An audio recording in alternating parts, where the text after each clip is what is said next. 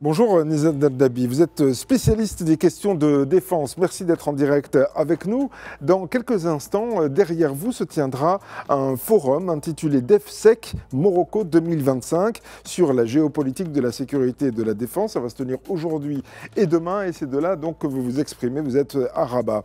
Vous êtes donc, je le disais, spécialiste des questions de défense et on va s'intéresser, si vous voulez bien, à ces survols de drones qui ont l'air de narguer les pays de l'OTAN. Alors, ces survols ont eu lieu dans plusieurs pays. Le dernier en date, c'est la Belgique, mais il y a eu auparavant le Danemark, l'Allemagne, la Norvège, la Suède, la Pologne et aussi la Lituanie, même si c'est de manière un petit peu différente. Les pays de l'OTAN s'organisent pour essayer de protéger le ciel des uns et des autres, mais surtout, pour l'instant, ces drones demeurent inconnus, impossible de les identifier, impossible de les stopper. Ça paraît assez curieux lorsque l'on sait que la moindre poussière dans l'espace peut être rapidement identifiée.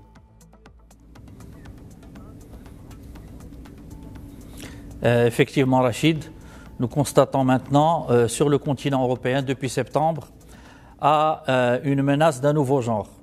Donc ce sont des attaques systématiques de manière coordonnée et inquiétante de drones qui visent les infrastructures vitales et stratégiques de l'Europe et notamment, particulièrement, les aéroports civils, mais également quelques bases militaires, dont quelques bases qui intègrent de l'armement nucléaire. Et comme vous l'avez dit, Rachid, la difficulté pour faire face à cette menace, c'est que les drones, on le sait, c'est une arme de rupture technologique qui a fait son apparition dans les théâtres de guerre depuis 20 ans, on va dire de manière un peu plus utilisée par les militaires. Mais maintenant, cette menace, c'est une menace qui est inconnue et surtout qui a des conséquences très importantes sur le trafic aérien. Plusieurs des aéroports européens ont soit mis un terme au trafic aérien ou bien l'ont paralysé pour quelques heures. Alors ça paraît quand même curieux parce que pour ce qui est les derniers survols qui ont concerné le royaume de Belgique, alors ce sont quand même des bases militaires qui ont été survolées et particulièrement celles où sont, paraît-il, stockées des armes nucléaires américaines dans le cadre de l'Alliance Atlantique. Il y a aussi eu le survol de la centrale nucléaire, l'unique centrale nucléaire de Belgique et aussi plusieurs aéroports et particulièrement ceux de Bruxelles et de Liège. Alors, ce sont des drones qui apparaissent, perturbent, et puis ensuite disparaissent. Comment est-ce possible ? Alors, c'est là toute la difficulté. Comme vous l'avez si bien dit, c'est que tous les actes qui ont été constatés ces dernières semaines, et particulièrement ceux visant des bases militaires, une base militaire, on le sait, c'est une base qui est entouré par tous les dispositifs de sécurité, de détection, de radar, etc. Parce qu'une base, par définition, est un point vulnérable qui peut être visé par l'ennemi. Et ce qui inquiète encore plus, c'est qu'aucun de ces drones, de ces appareils volants non identifiés, n'a pu être intercepté et aucun des pilotes de ces drones n'a pu être identifié. Et c'est là où, avec la récurrence de ces attaques depuis septembre, mais qui se sont intensifiées durant le mois de novembre, les pays européens et qui, du coup, se trouvent tous à l'intérieur du groupement des pays de l'OTAN, plusieurs questions se posent sur l'origine de ces drones et sur l'effet militaire qui est recherché derrière ça. Est-ce qu'on a affaire à un acteur étatique, un acteur non étatique? Alors, quelques éléments concernant les statistiques, plutôt les caractéristiques techniques de ces drones, ont attiré l'attention. Ce sont des zones qui volent à très haute altitude et qui ont une longue autonomie. C'est-à-dire que ce ne sont pas des drones qui ont été lancés dans un rayon court proche des aéroports, mais qui ont été lancés d'endroits qui sont assez éloignés, ce qui permet aux pilotes de ce drone d'avoir tout le temps, après avoir survolé le drone, après avoir survolé la base aérienne ou l'aéroport, de récupérer son drone et de s'évaporer dans la nature. Oui. Alors il y en a certains qui disent que ces drones pourraient avoir décollé depuis des navires. Alors, on ne va pas se cacher derrière notre petit doigt respectif. C'est la Russie qui est pointée du doigt par les pays de l'OTAN, peut-être de manière stratégique, j'en sais rien. Mais en tout cas, c'est la Russie qui est pointée. La Russie a toujours dit non, c'est pas nous. Mais là, il y a des soupçons de décollage de ces drones depuis des navires russes. C'est possible ? Oui, effectivement, c'est ce qui a été dit de la part de plusieurs pays. Après, quand il s'agit comme ça d'incidents qui dépassent l'espace aérien d'un seul pays, donc qui va couvrir un espace international, évidemment la question se pose de savoir qui est la partie derrière cet acte. C'est un incident qui est surtout visant des infrastructures militaires. C'est un incident hostile et qui peut appeler une réponse, une riposte de la part du pays qui a été visé. Toujours est-il que même s'il y a ces accusations, est-ce qu'elles sont fondées ou pas, pour l'instant, ces pays n'ont pas présenté de preuves qui vont montrer que de manière sans équivoque que c'est la Russie qui est derrière ces actions. Et cela montre aussi que ce mode opératoire, alors là ce ne sont pas des attaques, ce sont juste des intrusions dans des espaces aériens. Et en fait, ce que redoutent les pays, ce sont des drones qui vont servir d'espionnage. On sait que les drones sont équipés des meilleurs capteurs visuels, etc. Donc, ils peuvent prendre des vues, des prises photographiques d'une altitude très élevée et en fait avoir le détail d'une base militaire d'un pays adverse. Et c'est là où se trouve réellement le problème pour les pays qui sont visés. Est-ce que c'est aussi de la provocation de la part de ceux qui fomentent, si j'ose dire, ces survols, puisque on sait par exemple que la Belgique vient d'acquérir des avions de chasse F-35 auprès des États-Unis. Il y a une seule base militaire où ils sont actuellement, si j'ose dire, stockés. Et cette base militaire a été survolée. Ça veut dire que, quelle que soit l'arme que vous achetez, vous êtes vulnérable ? Alors, ça d'une part, effectivement, quand on opère une opération de cette ampleur, on imagine forcément qu'il y a un lien derrière tous les acteurs qui ont fait ces vols successifs. Ça ne peut pas être l'acte, par exemple, d'une organisation criminelle. Elle n'a pas tout simplement la logistique et les moyens pour mener toute cette série d'intrusions qui a été faite. D'ailleurs, en Europe, on recense 47 opérations depuis septembre jusqu'à aujourd'hui. Alors, est-ce que c'est une façon, comme vous l'avez bien dit, Rachid, de provoquer un pays? Ça peut être aussi une autre manière de tester quelles sont les capacités de défense d'un pays. C'est ce que fait par exemple la Chine quand elle commande des vols d'avions chinois et qui entrent dans l'espace aérien du Taïwan seulement pour tester leur capacité de réaction. Oui. Là c'est vraiment l'Alliance Atlantique, hein, l'OTAN qui est mise à l'épreuve avec ces survols, puisque donc, je le disais tout à l'heure, il y a plusieurs pays qui ont ainsi vu leur espace aérien violé par ces drones qui restent inconnus. Hein. On n'accuse évidemment personne ici aujourd'hui.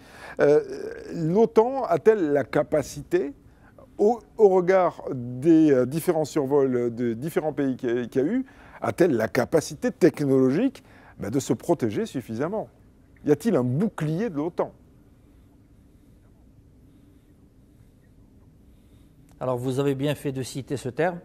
Alors, cette question de bouclier anti-drone, de parapluie qui va protéger tous les pays, c'est une question qui est discutée dans les états-majors des pays européens, que ce soit dans le cadre de l'OTAN ou bien dans le cadre uniquement des pays de l'Union européenne.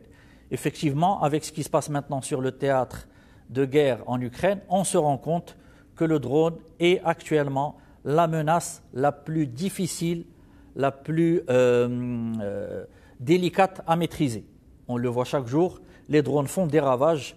Avant, on avait affaire à des drones mâles, c'est-à-dire des drones assez grands, qui ont une certaine altitude et aussi une autonomie assez large. Ce sont des drones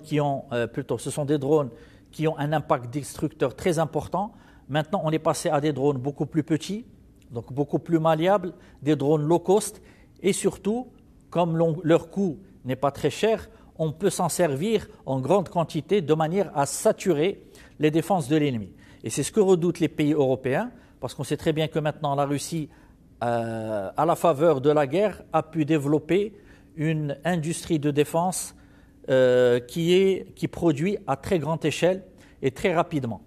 Donc, dans une éventualité où il y aurait une agression de la Russie contre un des pays de l'OTAN, ce qu'on redoute le plus, c'est la capacité de la Russie à utiliser ces drones pour saturer les défenses ennemies. Et clairement, le dispositif qu'on appelle un bouclier de défense anti-drone est une solution qui est coûteuse et surtout ce n'est pas une solution qui garantit à 100% l'étanchéité de ce bouclier que l'on veut former. Oui. Nizar Dardabi, vous êtes en train de nous dire que le drone est une arme imparable?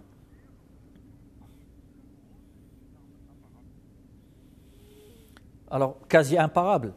Il n'y a aucune arme qui est imparable. Il n'y a en fait que l'usage de l'arme qui permet soit de percer des boucliers, ou bien quand il s'agit d'une arme offensive, de transpercer, plutôt pour une arme offensive, c'est transpercer le bouclier, et pour une arme défensive, c'est de parer les attaques de l'arme offensive ennemie. Sauf que, comme je vous ai dit, le drone, c'est une arme qui est assez nouvelle, qui est encore dans un processus d'évolution très rapide. Les drones qui ont été utilisés au début de la guerre en Ukraine et en Russie sont devenus complètement obsolètes à l'heure actuelle. Et à chaque mois, à une cadence très rapide, on voit l'apparition de nouvelles armes, de nouveaux types de drones. Et c'est ce qui rend la tâche beaucoup plus difficile pour les systèmes de défense qui doivent assurer cette capacité de bouclier par rapport à cette menace des drones. Oui. Alors, parlons justement aussi de la façon dont le Maroc est en train d'essayer de se préparer à cela.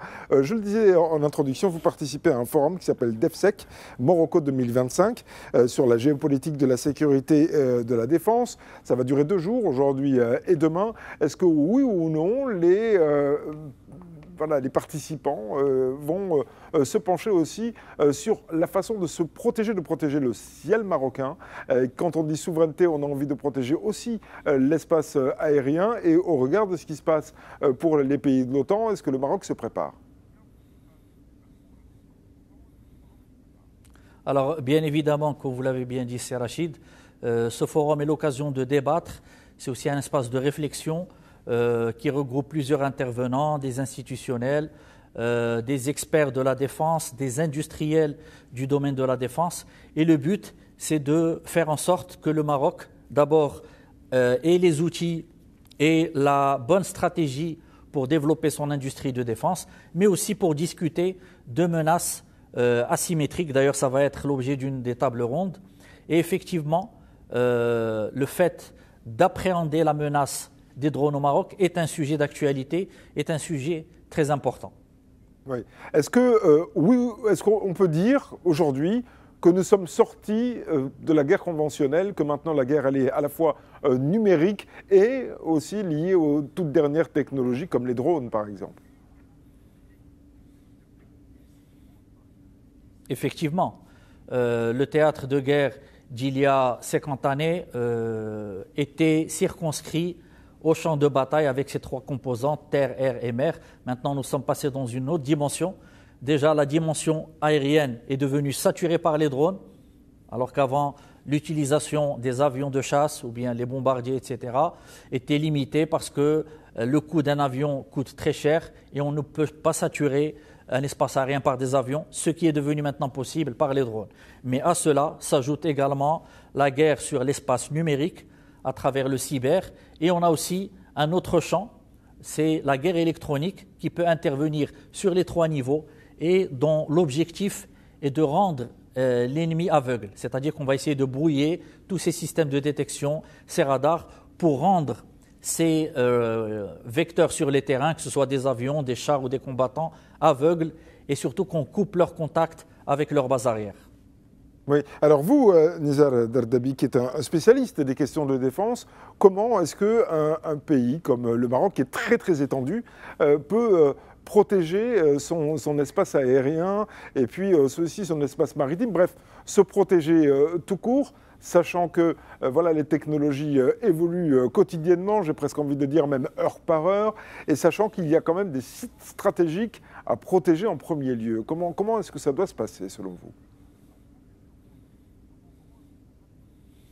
Alors, le Maroc a pris en compte cette menace aérienne depuis un bon moment et a établi une stratégie sur le long terme pour essayer d'avoir sur l'espace marocain un système de défense multicouche, c'est-à-dire un système de défense qui va combiner autant des missiles, des batteries antimissiles comme les batteries Patriotes qui vont répondre à une menace aérienne d'avions de chasse qui entreraient dans l'espace aérien marocain, mais également des missiles de plus petit calibre, de manière à ce que toute menace venant de l'espace aérien, que ce soit un avion de chasse, un missile balistique ou un petit drone, puisse être traitée par cette multitude de couches d'armes qui permettent de contrer cette menace.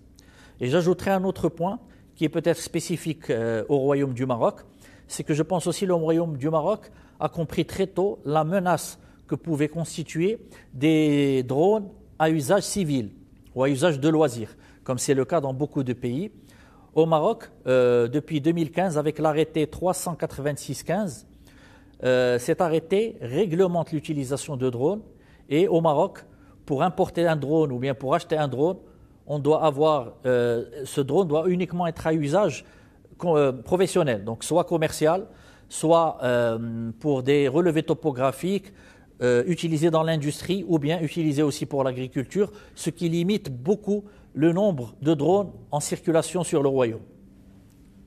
Et en deux mots, est-ce que oui ou non vous considérez toujours qu'il faut s'armer pour préserver la paix? Malheureusement, ce n'est pas moi qui le dis, c'est l'histoire qui le dit.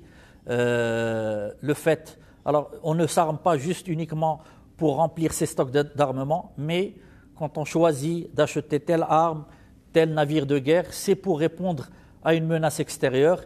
Et en fait, cet achat permet de rééquilibrer les forces. Et en fait, c'est d'abord un achat fait dans le cadre de la dissuasion avant que cela soit fait dans le cadre de la menace ou tout autre objectif. Merci beaucoup Nizar Dardabi d'avoir été en direct dans cette édition matinale. Je rappelle que vous êtes spécialiste des questions de défense. Excusez-moi. Et que vous allez participer au forum DefSec Morocco 2025 de géopolitique et la sécurité, ainsi que de la défense qui se tient aujourd'hui et demain à Rabat. Je vous souhaite une excellente journée et merci encore de votre participation.